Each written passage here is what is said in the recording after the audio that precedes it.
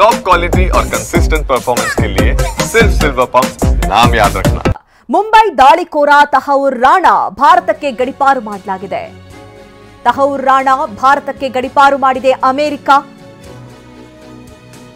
ಭಾರತದತ್ತ ವಿಮಾನದ ಮೂಲಕ ಉಗ್ರ ತಹೌರ್ ಗಡಿಪಾರು. 17 ವರ್ಷಗಳ ಬಳಿಕ ಎನ್ಐಎ ವಶಕ್ಕೆ ಉಗ್ರ ತಹೌರ್.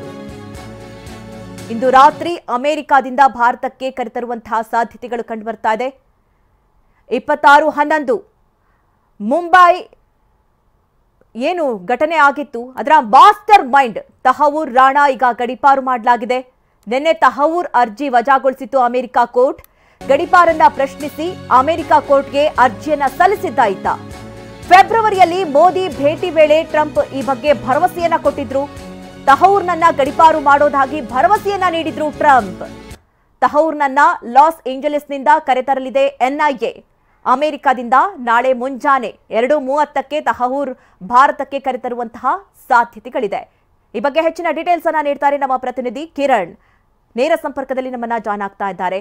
ಎಸ್ ಕಿರಣ್, 17 ವರ್ಷಗಳ ನಂತರ ಈ ತಹೌರ್ನನ್ನ ಗಡಿಪಾರು ಮಾಡೋದಕ್ಕೆ ಈಗ ಕೋರ್ಟ್ ಆದೇಶವನ್ನ ಹೊರಡಿಸಿರುವಂತದ್ದು. ಈಗ ಸದ್ಯ ನೆಕ್ಸ್ಟ್ ಪ್ರೋಸೆಸ್ ಯಾವ ರೀತಿ ಇರುತ್ತೆ ಕಿರಣ್? ಮಧು, ಈಗಾಗಲೇ ಪಾಕಿಸ್ತಾನದ ಮೂಲದ ಕೆನಡಾ ಪ್ರಜೆ ಆಗಿರುವಂಥ ತಹೌರ್ ರಾಣಾನನ್ನು ಈಗಾಗಲೇ ಭಾರತಕ್ಕೆ ಕರೆತರೋಕೆ ಎಲ್ಲ ರೀತಿಯ ಸಿದ್ಧತೆಯನ್ನು ಈಗಾಗಲೇ ಎನ್ಐಎ ಅಧಿಕಾರಿಗಳು ಕೂಡ ಮಾಡ್ಕೊಂಡಿದ್ದಾರೆ. ಯಾವಾಗ ಅಮೆರಿಕ ಲಾಸ್ ಏಂಜಲೀಸಲ್ಲಿ ಸುಪ್ರೀಂ ಕೋರ್ಟ್ ಆತನ ಗಡಿಪಾರ ಅರ್ಜಿಯನ್ನು ತಿರಸ್ಕಾರ ಮಾಡಿತು, ಇಮಿಡಿಯೇಟಾಗಿ ಆತನನ್ನು ಇಲ್ಲಿಗೆ ಭಾರತಕ್ಕೆ ಕರೆತರೋಕೆ ಎಲ್ಲ ಸಿದ್ಧತೆ ಮಾಡ್ಕೊಂಡಿದೆ. ಈಗಾಗಲೇ ಎನ್ಐಎ ಅಧಿಕಾರಿಗಳು ಮುಂಬೈ ಮತ್ತು ದೆಹಲಿಯಲ್ಲಿರುವಂಥ ಜೈಲ್ನ ಈಗಾಗಲೇ ಒಂದು ವಿಶೇಷವಾಗಿ ಕೊಠಡವನ್ನು ಈಗಾಗಲೇ ರಚನೆ ಮಾಡಿದೆ.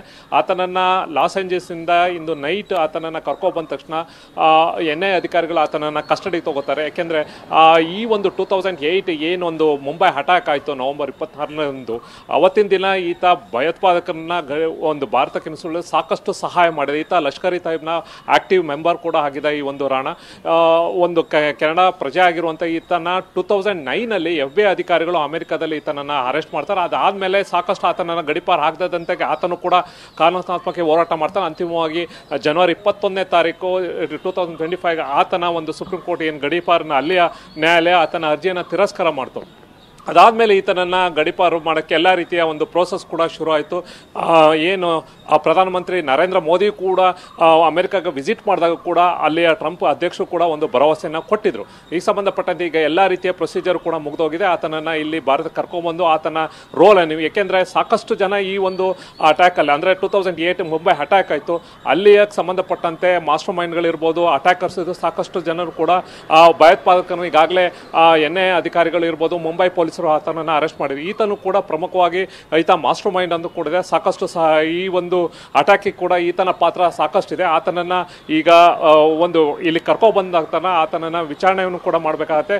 ಆತನನ್ನು ಕಸ್ಟಡಿಗೆ ತೊಗೊಂಡು ವಿಚಾರಣೆ ಮಾಡಿದ ನಂತರ ಉಳಿದಂತೆ ಆತನ ಇರೋಕ್ಕೆ ಈಗಾಗಲೇ ಟ್ರಯಲ್ ಕೂಡ ಶುರು ಆಗುತ್ತೆ. ಯಾಕೆಂದರೆ ಆತನ ಮೇಲೆ ಕೂಡ ಚಾರ್ಜ್ ಶೀಟನ್ನು ಕೂಡ ಈಗಾಗಲೇ ಸಲ್ಲಿಕೆ ಆಗಿದೆ. ಇನ್ನು ಉಳಿದಂತೆ ನ್ಯಾಯಾಲಯದಲ್ಲಿ ಒಂದು ಕಡೆ ಪ್ರೋಸೆಸ್ ಆಯಿತು ಅಂದರೆ ಇನ್ನೊಂದು ಕಡೆ ಆತನ ಏನೇನು ಇನ್ನೂ ಯಾರು ಇದ್ದಾರೆ ಈ ಸಂಬಂಧಪಟ್ಟಂತೆ ಈ ಒಂದು ಅಟ್ಯಾಕ್ ಸಂಬಂಧಪಟ್ಟಂತೆ ಇನ್ನು ಯಾರ್ಯಾರು ನೆರವು ಮಾಡಿ ಎಲ್ಲವನ್ನೂ ಕೂಡ ಎನ್ಐಎ ಅಧಿಕಾರಿಗಳು ಆತನನ್ನು ಮಾಹಿತಿಯನ್ನು ತಗೋಬೇಕಾಗುತ್ತೆ. ಹಾಗಾಗಿ ಇಲ್ಲಿ ಬಂದ ತಕ್ಷಣ ಈಗಾಗಲೇ ದೆಹಲಿ ಮತ್ತು ಮುಂಬೈನಲ್ಲಿ ಈಗಾಗಲೇ ವಿಶೇಷ ಒಂದು ಜೈಲೇನಿದೆ ಕೊಠಡಿಯನ್ನು ಕೂಡ ರೆಡಿ ಮಾಡಿದ್ದಾರೆ. ಇನ್ನು ಆತನನ್ನು ವಿಚಾರಣೆಗೆ ಎಲ್ಲ ರೀತಿಯ ಸಿದ್ಧತೆಯನ್ನು ಕೂಡ ಮಾಡ್ಕೊಂಡಿದ್ದಾರೆ. ಒಟ್ಟಾರೆ ಇಲ್ಲಿಗೆ ಬಂದ ತಕ್ಷಣ ಉಳಿದಂಥ ಪ್ರೊಸೀಜರ್ ಮುಂದುವರಿಯುತ್ತೆ. ಮಧು.